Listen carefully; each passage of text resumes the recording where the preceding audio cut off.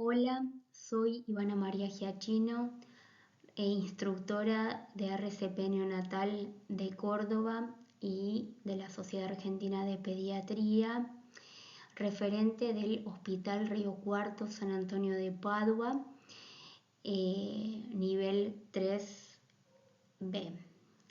En el marco del curso de RCP Neonatal 2023, a mí me toca referirme a el capítulo número 5 de compresiones torácicas. Con respecto a las compresiones torácicas, tenemos que tener en cuenta que ellas no son habituales en la reanimación de avanzada. Solo se realizan en un 0,1% de los recién nacidos. Por eso, tenemos que tener muy en cuenta cuándo se realizan, cómo se realizan y la localización donde debemos colocar las manos para realizarlas. A su vez, otro ítem muy importante cuando realizamos compresiones torácicas es la evaluación de la frecuencia cardíaca, que con respecto a ella, en una segunda instancia, se va a determinar cuáles son las formas más eficientes para, determinarla.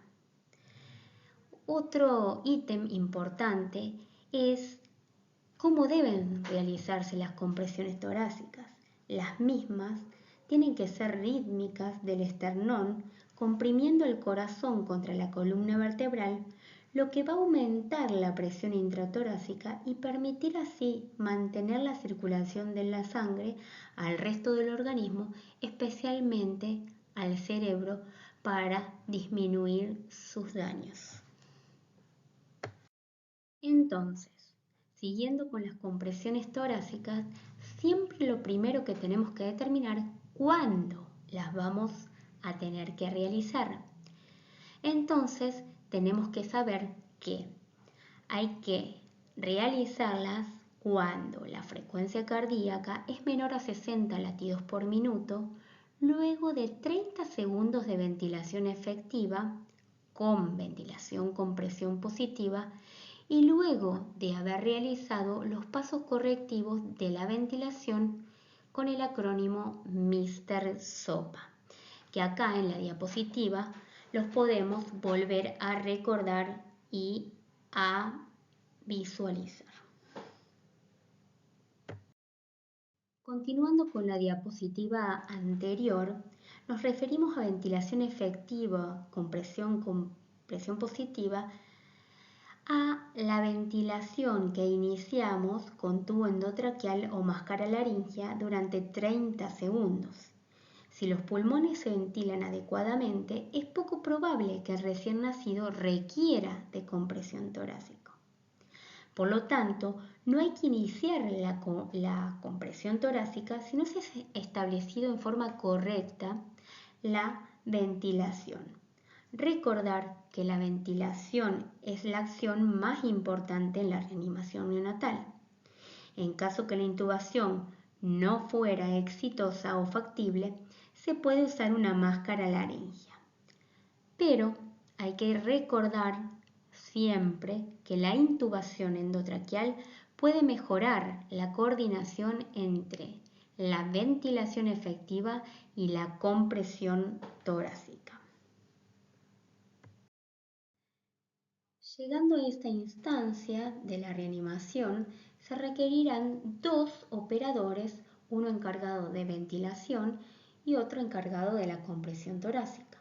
Por lo cual, si recordamos nuestro diagrama de roles, tenemos que tener en cuenta el reanimador número 1, que recordamos que es el encargado de la vía aérea, a su vez de posicionar, secar, colocar el gorro, aspirar y proveer de ventilación con presión positiva en forma efectiva, y a su vez el reanimador 2, que es el que va a evaluar clínicamente al paciente, lo va a estimular, lo va a auscultar y va a informar y controlar la frecuencia cardíaca, y en caso de necesitar compresiones torácicas también cumplirá este rol. Continuando con la diapositiva anterior, determinamos cuál es la técnica adecuada para realizar la compresión torácica. La técnica recomendada y de elección actualmente es la técnica de los 2 pulgares, ya que esta genera mejores presiones arteriales sistólicas, manteniendo la calidad de masaje cardíaco. Anteriormente se utilizaba la técnica de los 2 dedos, con índice y anular en forma perpendicular sobre el tórax, pudiendo ser una opción si el reanimador se encuentra solo. Es una técnica que causa mucha fatiga, siendo menos efectiva. Las compresiones se realizan en el tercio inferior del esternón. Se puede ubicar el área yendo de abajo hacia arriba, siguiendo el reborde costal hasta el apéndice sifoides y apoyar la yema de los dedos ligeramente por encima de él, o sea, a 2 dedos por encima del apéndice sifoides. Tomar la línea intermamilar como línea de referencia puede llevar a comprimir una zona inadecuada. Con los dedos pulgares, la posición correcta, se deberá comprimir el esternón hasta 1/3 de su diámetro antero-posterior del tórax, para lograr la profundidad correcta con el resto de los dedos rodeando y abrazando al tórax. Luego, deberá liberar la presión para que el corazón vuelva a llenarse. Durante esta maniobra, en la fase de relajación, se recomienda no separar los dedos de la superficie precordial para evitar desplazamientos involuntarios y compresiones en zonas inapropiadas susceptibles a lesiones. Al iniciar con las compresiones torácicas, también debemos aumentar la fracción inspirada de oxígeno al 100%. Esto ayudará a una mayor efectividad de las compresiones torácicas, que depende principalmente de 3 factores dependientes del reanimador, los cuales son fuerza aplicada, frecuencia de compresiones y sincronización con la ventilación. Entonces, cada ciclo consta de 3 compresiones sumado a una ventilación.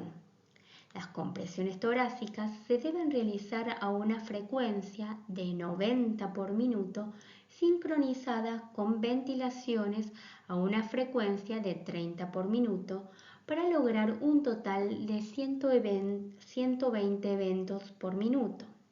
Algunos estudios evaluaron otras frecuencias y variación en la sincronización de las compresiones y ventilaciones en otros modelos, no encontrando diferencias en la recuperación del ritmo cardíaco. Por lo tanto, cada ciclo equivale a 3 compresiones más una ventilación. Por lo tanto, cuando uno realiza la reanimación y comprime, se dice 1, 2, 3, ventilo. 1, 2, 3 compresiones, ventilo. Si luego de 60 segundos de ventilación efectiva y compresiones torácicas también efectivas, la frecuencia cardíaca se mantiene por debajo de 60 latidos por minuto, se decide administrar adrenalina a través de un catéter umbilical venoso como única y prioritaria opción. ¿Cómo monitorizamos la reanimación de avanzada entre ventilación efectiva y compresiones torácicas? Ella la evaluamos a través de la evaluación de la frecuencia cardíaca. La frecuencia cardíaca es el principal indicador para la necesidad de intervenir en la reanimación neonatal. A su vez, permite definir si una reanimación es eficaz. Y es de importancia vital la monitorización de la misma en forma rápida, efectiva y confiable. Sabemos que la frecuencia cardíaca es el principal indicador para la necesidad de intervención en la reanimación neonatal y a su vez sabemos que la necesidad de RCP avanzada es predictora de mortalidad neonatal temprana y de daño cerebral moderado a grave. Por dicho motivo, es vital importancia la evaluación confiable de la frecuencia cardíaca en los primeros minutos de vida. Para ello, tenemos tres formas de evaluar la frecuencia cardíaca. La más importante, la mejor, la más actualizada y la que se evidencia en forma rápida, confiable y efectiva la frecuencia cardíaca es a través del electrocardiograma de 3 derivaciones. En segunda instancia, y no dejando de lado esta medida, se tomaría la oximetría de pulso. La oximetría de pulso no está del lado del electroencefalograma. Las dos van acompañadas. Una va acompañada de la otra. Solo que la oximetría de pulso no es un indicador confiable y rápido y efectivo. ¿Por qué? Al tomar la oximetría de pulso, demora 1 a 2 minutos en tomar la señal adecuada para visualizarse en el monitor. Y otras menos confiables, pero no menos importantes, son las formas clínicas como la auscultación y o la palpación del cordón umbilical.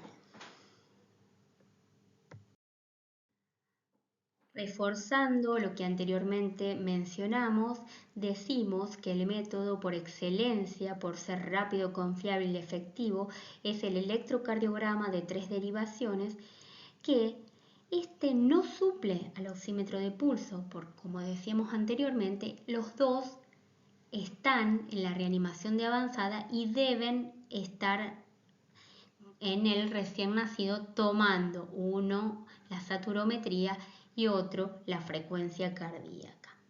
A su vez, el electroencefalograma de 3 derivaciones no altera la transición fetal neonatal, pero sí tiene una limitación especialmente en recién nacidos de pretérmino. ¿Por qué? Porque al colocar los electrodos, estos pueden dañar la piel del recién nacido por su gran fragilidad. Para finalizar, tenemos que determinar cuándo suspendemos las compresiones torácicas.